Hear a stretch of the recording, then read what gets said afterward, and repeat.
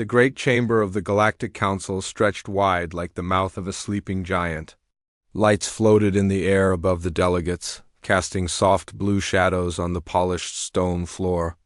Representatives from 12 elder races sat in, their assigned sections, their voices filling the room with the constant hum of politics. Admiral Park Do-yun sat in the human section with his hands folded on the table. His uniform was clean and pressed, his medals polished to a shine. Beside him, Ambassador Kim Yuna reviewed her notes one last time, though she already knew every word by heart. Behind them sat 30 more humans, engineers, diplomats, military officers, scientists. They had served the council for 300 years. The hegemony speaker, a tall creature with silver scales and 4 arms, raised his hand for silence. The chamber grew quiet. "We face a grave threat," the speaker announced. His voice echoed off the walls. "The Void Swarm has broken through the outer defenses. They consume everything in their path.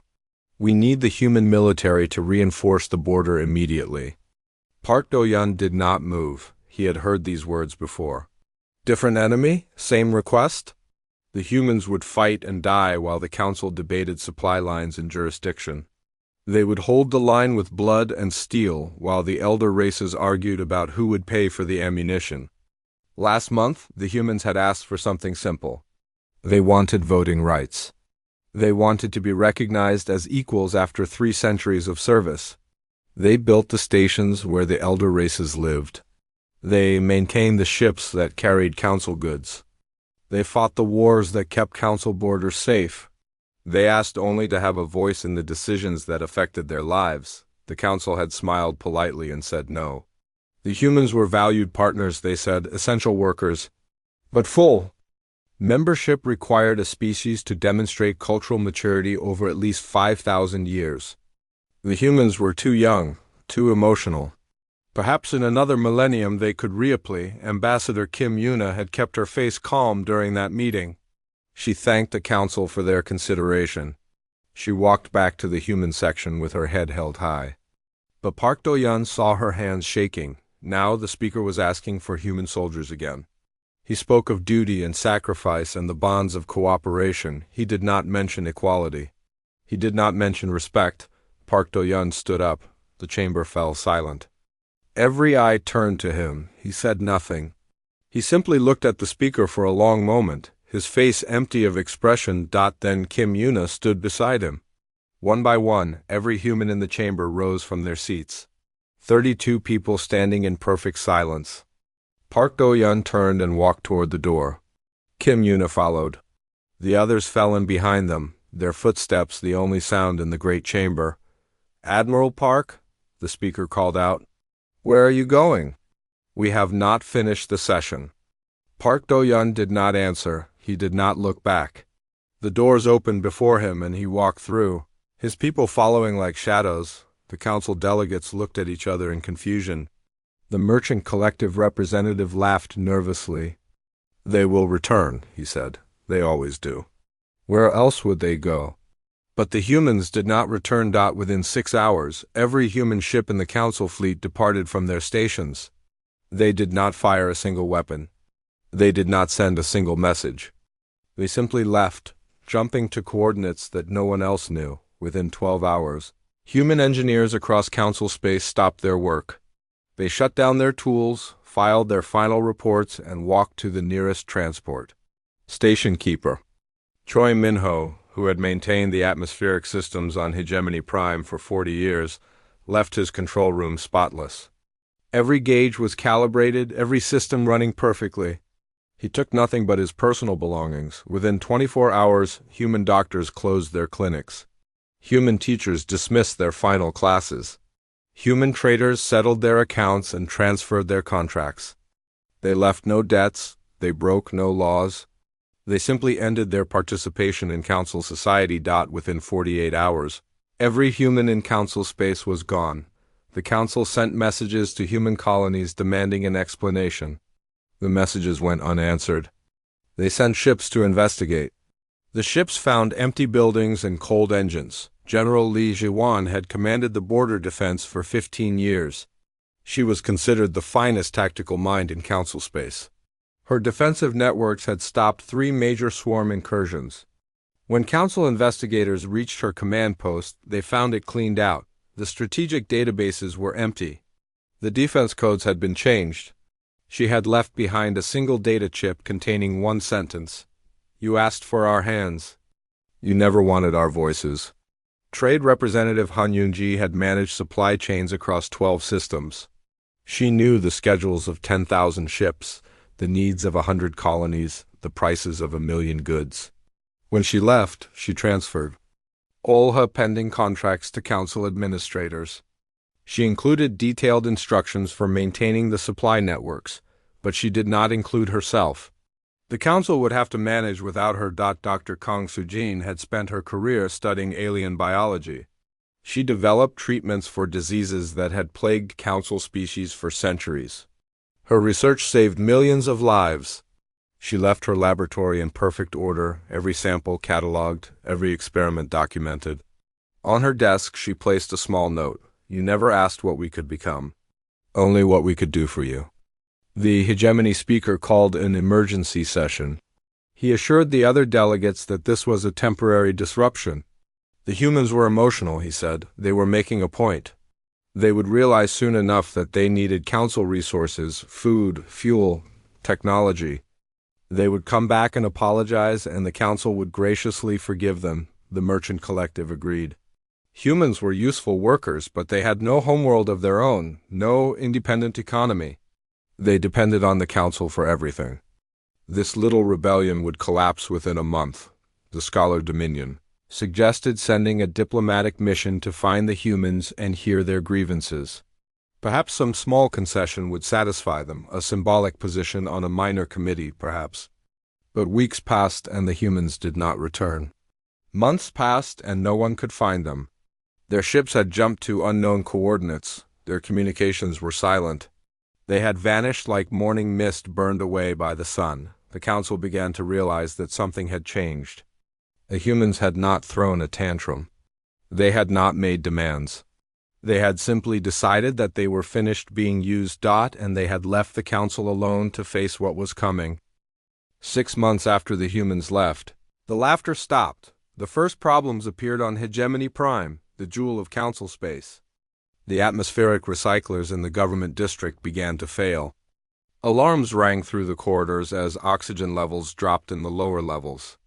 Engineers rushed to fix the systems, but they could not understand what they were looking at. Choi Minho had maintained those recyclers for 40 years.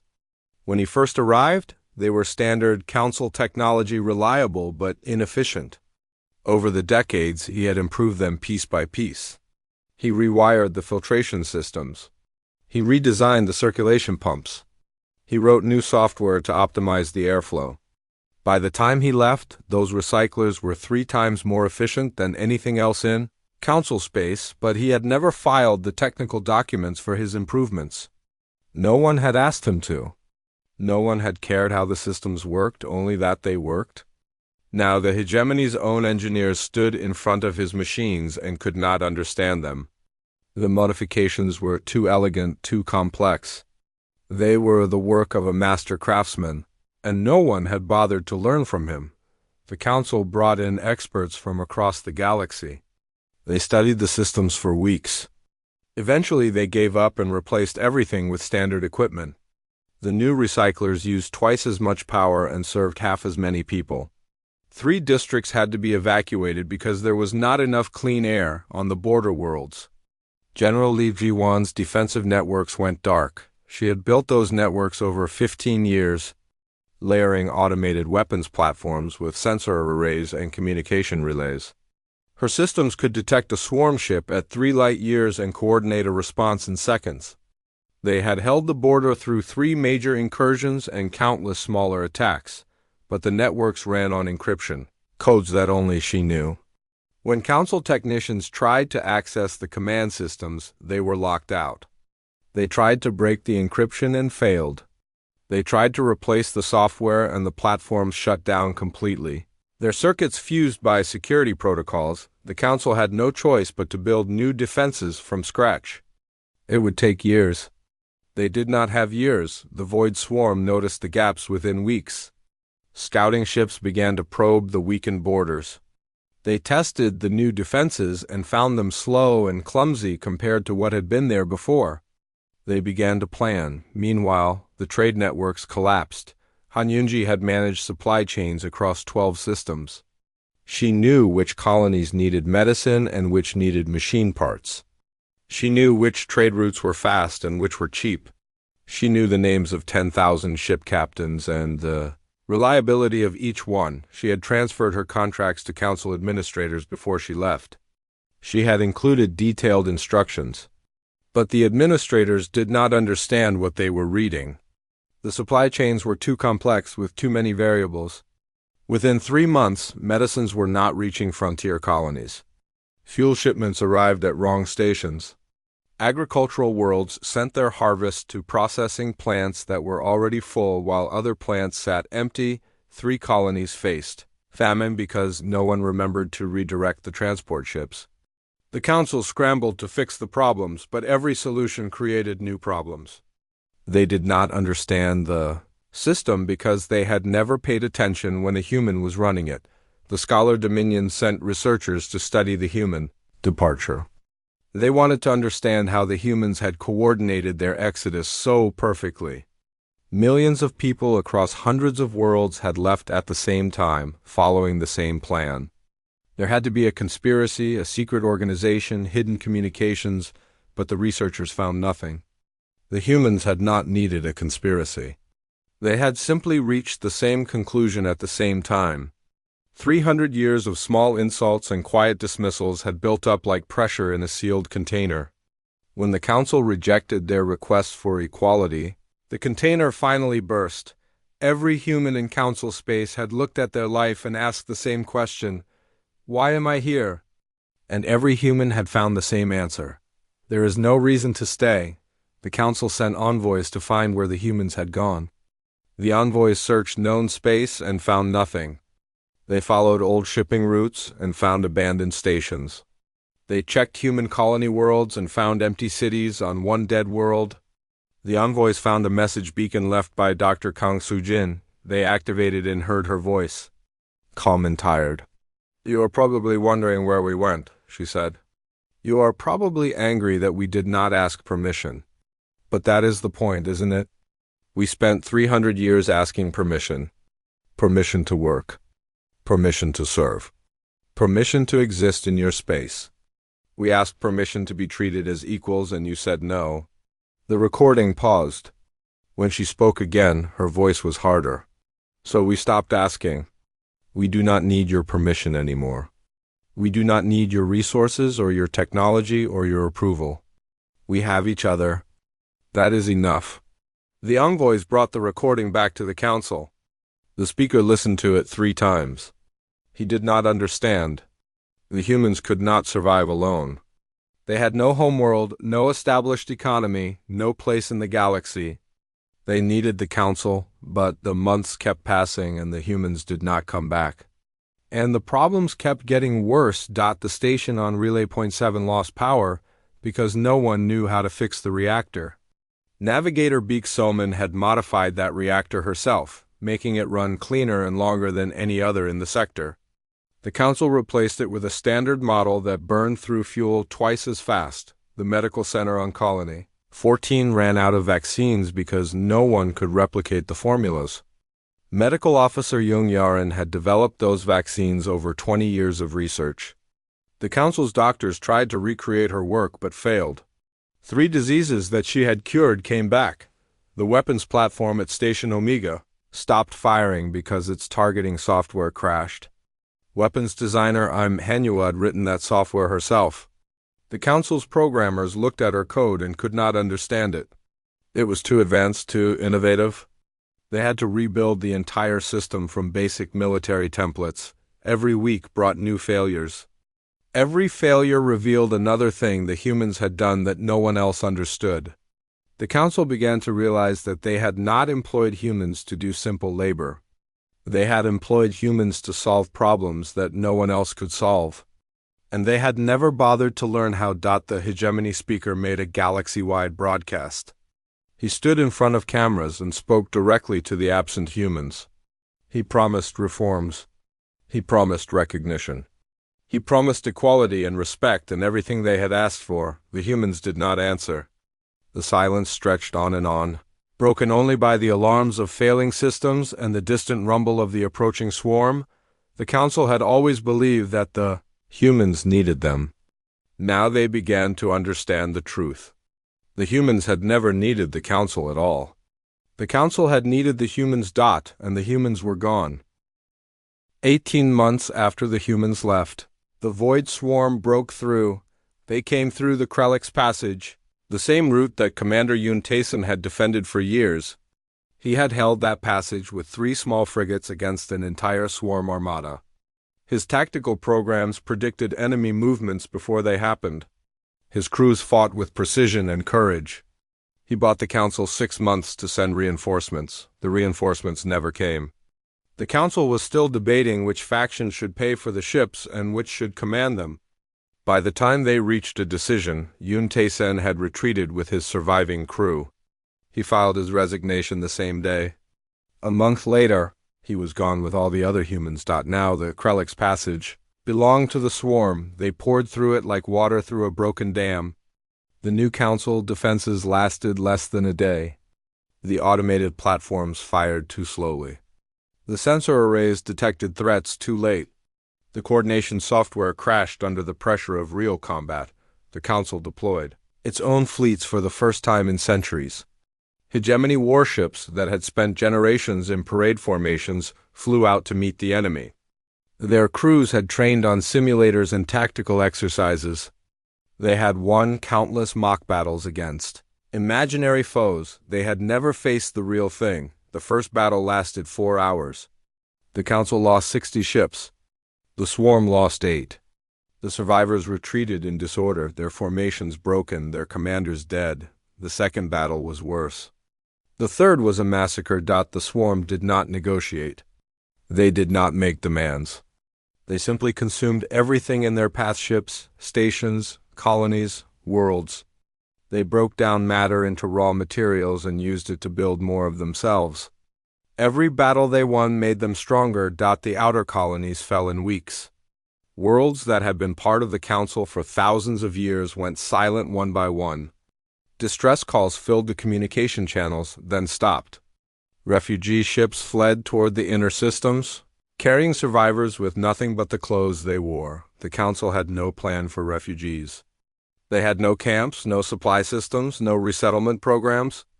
They had always assumed that their borders were safe. They had always assumed that someone else would handle the details. The humans had handled the details.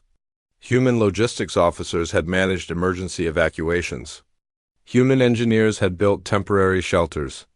Human doctors had treated the wounded and the sick.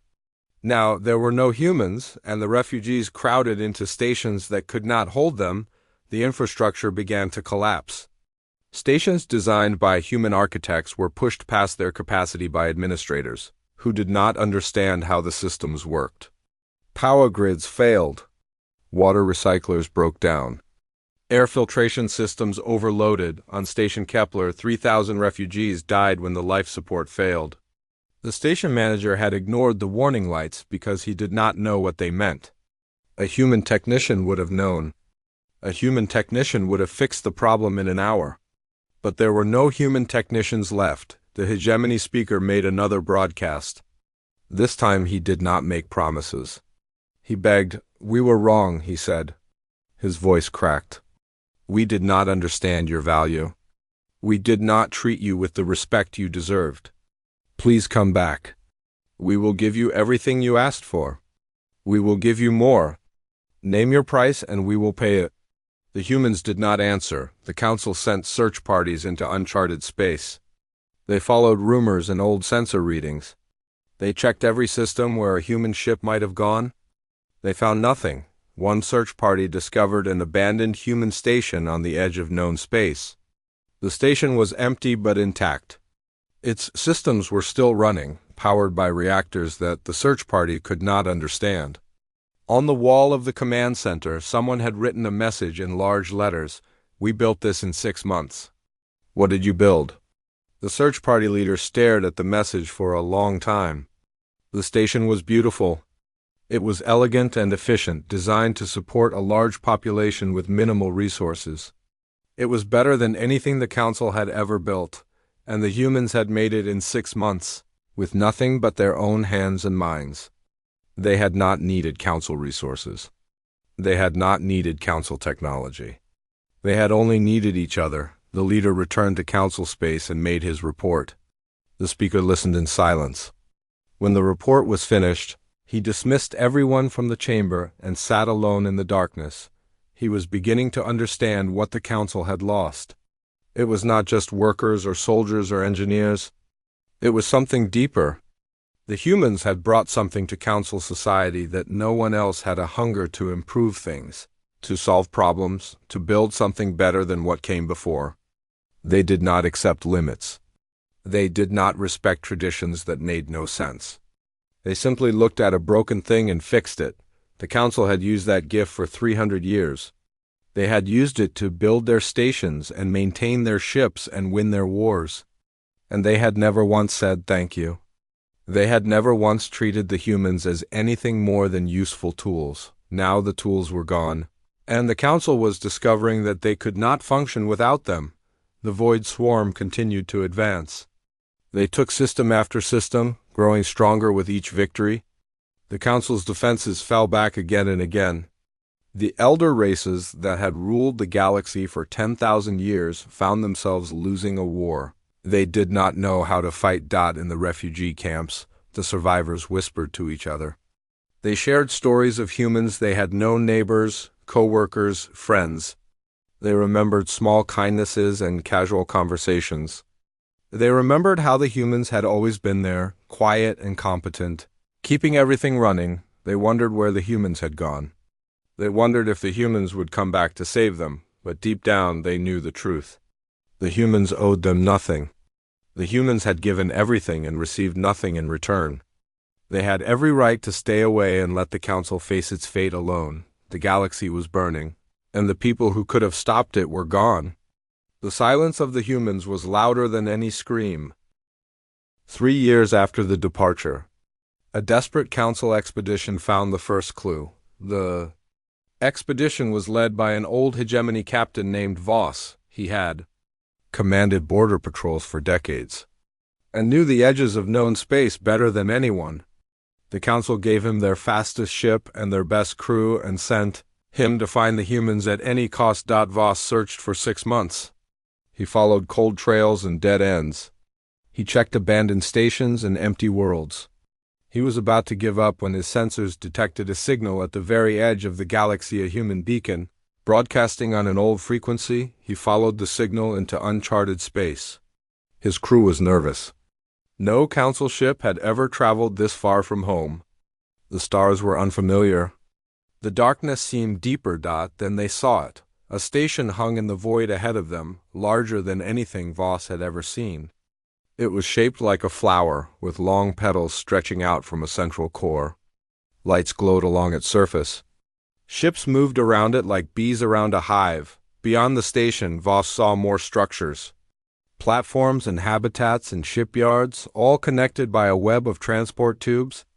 And beyond those, in the distance, he saw something that stopped his breath. Cities, floating cities, drifting in the void between stars.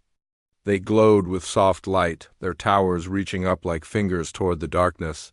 The humans had not just survived. They had built a civilization. Voss hailed the station. For a long moment, there was no answer. Then a voice came through the speakers, a human voice, calm and professional.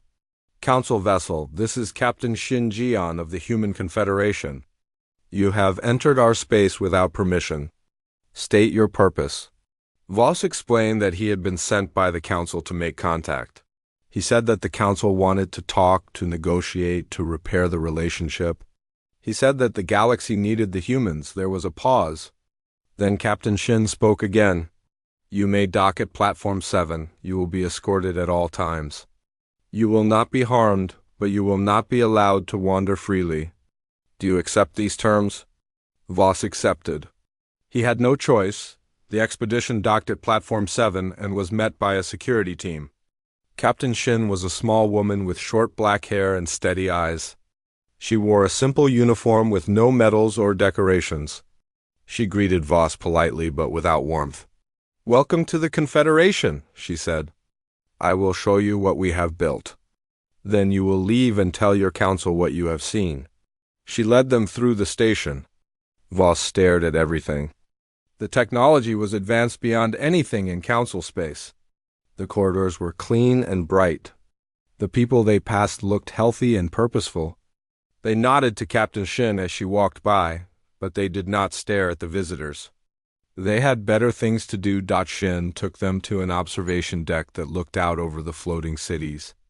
Voss counted 12 of them, each one holding millions of people. 3 years? Shin said. "We built all of this in 3 years. Voss shook his head. "That's impossible." The council thought many things were impossible. They thought we were impossible, too young, too emotional, too primitive to deserve a voice. But here we are. She turned to face him. Her expression was not angry or triumphant. It was simply tired. "You want to know why we won't help you," she said. "I will tell you. We were your tools. We maintained your worlds and fought your wars and healed your sick. We did everything you asked and more. We gave you our best work, our best ideas, our best years. And what did you give us?" Voss did not answer. "Silence," Shin said. "We asked for respect and you gave us silence. We asked for equality and you gave us silence. We asked to be treated as people instead of machines and you gave us silence. So now we give you silence in return?" Voss tried to argue. He said the council had changed. He said they were ready to offer the humans whatever they wanted: seats on the High Council, territories, resources, anything. Shin smiled sadly. "You still don't understand. We don't want what you have. We didn't leave because we wanted better terms. We left because we finally realized something important." She looked out at the cities floating in the void. "We never needed you," she said. "We only thought we did. We spent 300 years believing that we couldn't survive without the council, that we had to accept whatever treatment you gave us because we had no choice. But it wasn't true. We had skills. We had knowledge. We had each other. That was enough." Voss looked at the civilization the humans had built in 3 years. He thought about the council's crumbling stations and failing systems and losing war. He understood what Shin was telling him, even if he didn't want to admit it. The humans had always been the strong ones. The council had just been too blind to see it. Shin gave him one more tour, through the schools where human children learned without being told they were inferior, through the hospitals where human doctors developed new treatments without being ignored, through the shipyards where human engineers designed vessels that made council technology look primitive. Then she brought him back to his ship. "Go home," she said. "Tell your council what you saw. Tell them that we are not coming back. Tell them that we wish them no harm, but we will not save them from the consequences of their choices. They must save themselves." Voss wanted to say something, an apology, a plea, anything, but the words stuck in his throat. What could he say? What could possibly be enough? He boarded his ship and left human space. The journey home felt longer than the journey out. When he reached council territory, he went straight to the speaker and played his recordings. The council watched in silence. They saw the stations and the cities and the technology. They saw the life the humans had built without them. The speaker asked Voss if the humans had given any indication that they might change their minds, that they might come back if the council offered enough. Voss shook his head. "They don't want anything from us," he said. "They never did. They only wanted to be treated like they mattered. We couldn't give them that, so they left. And they're never coming back." The speaker dismissed the council. He sat alone in the great chamber where the humans had walked out 3 years before. He thought about Captain Shin's words. He thought about all the times the council had said no to reasonable requests, had dismissed human concerns, had treated an entire species as nothing more than convenient labor. The council had created this disaster themselves. The humans were not punishing them. The humans were simply gone, building their own future. Leaving the council to face the ruin they had earned, the void swarm was still coming. The defenses were still failing. The refugees were still dying, and there was no one left to fix it. 5 years after the humans left, the Galactic Council collapsed. The hegemony fell first. The void swarm consumed their homeworld in a single week. The great cities that had stood for 10,000 years were broken down into raw materials. The silver-scaled leaders who had ruled the galaxy fled in escape pods.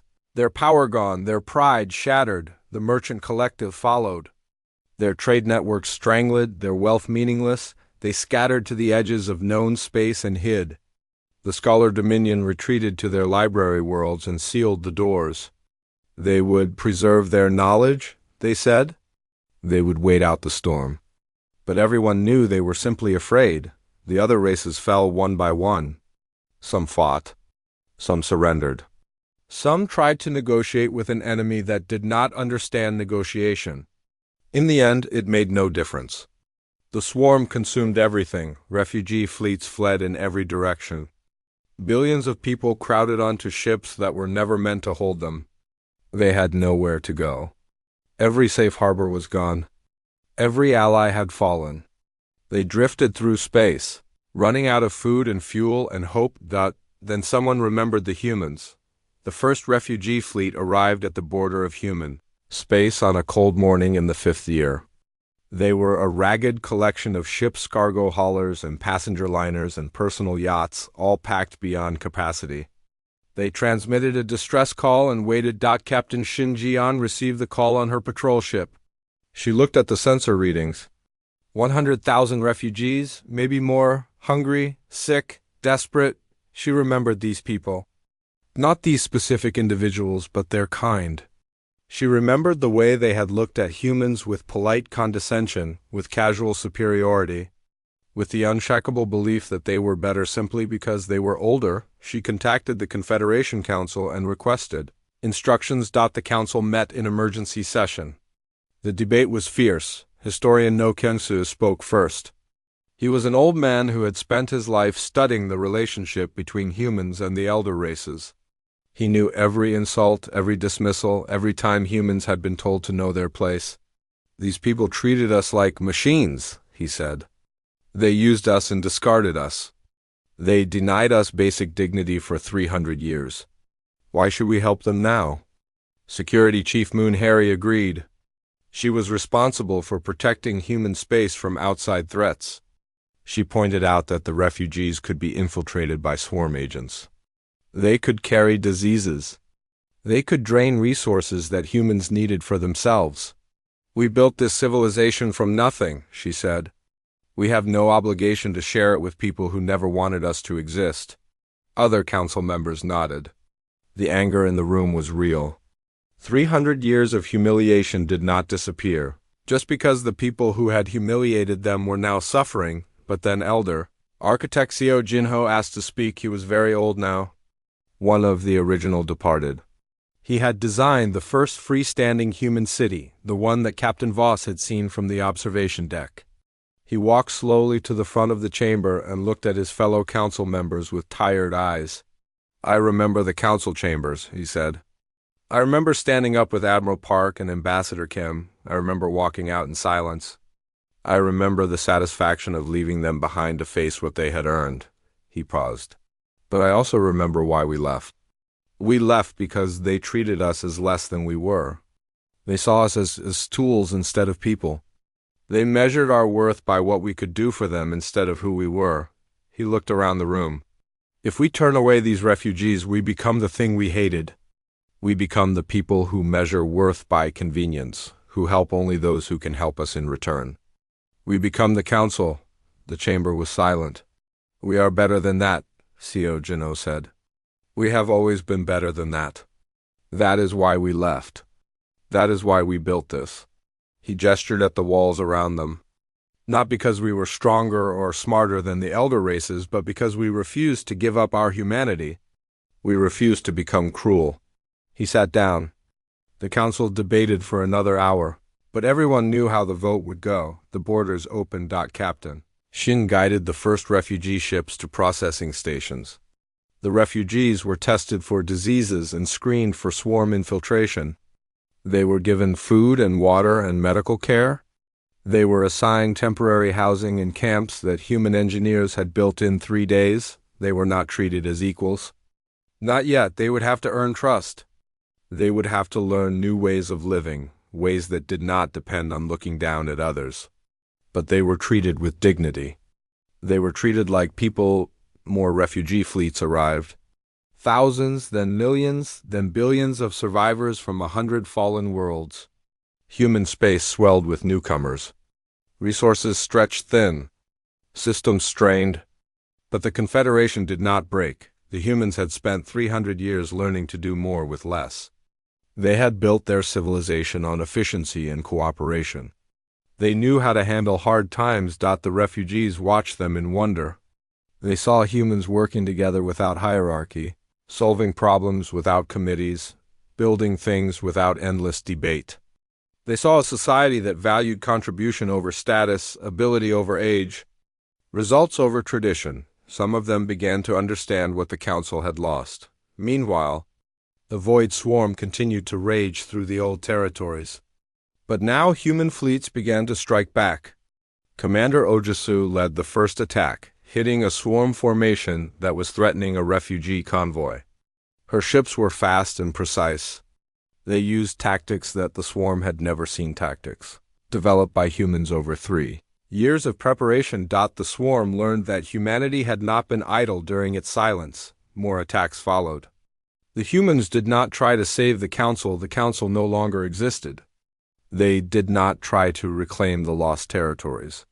They simply contained the threat, pushing the swarm back, protecting their own space and the refugees within it. In the 5th year, on the anniversary of the departure, President Kim Yuna addressed the Confederation. She stood in a great hall filled with humans and refugees together.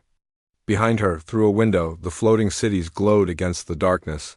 5 years ago, we left in silence, she said. We left because words meant nothing to the people we spoke to.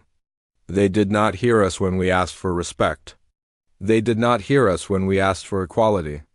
They heard only what they wanted to hear. She looked at the refugees in the crowd. Now you're here in our home. You have seen what we built without you. You have seen what we are capable of when we are free. Some of you are ashamed of how you treated us. Some of you are angry that we did not save you sooner. Some of you are simply grateful to be alive. She paused. We do not ask for your shame or your anger or your gratitude. We ask only that you watch. Watch how we treat each other. Watch how we solve problems. Watch how we build. This is what it looks like when the forgotten remember their worth. The crowd was silent. We will not become what you were, Kim Yuna said. We will not measure people by their birth or their age or their usefulness to us. We will measure them by their actions, by their kindness, by their willingness to help others. She smiled slightly. You have a chance to start over, to become something better than what you were. Take it. Or don't. But know that we will be watching just as you once watched us. She stepped down from the platform. The crowd parted for her. Humans and refugees alike looked at her with something that might have been respect or fear or hope. The galaxy had changed. The old order was gone. Something new was being born, something built by the people who had once been silent, who had once been invisible, who had once been dismissed as too young and too emotional to matter. The humans had not conquered the galaxy. They had not taken revenge on their former masters. They had simply refused to become them. And in the end, that was enough.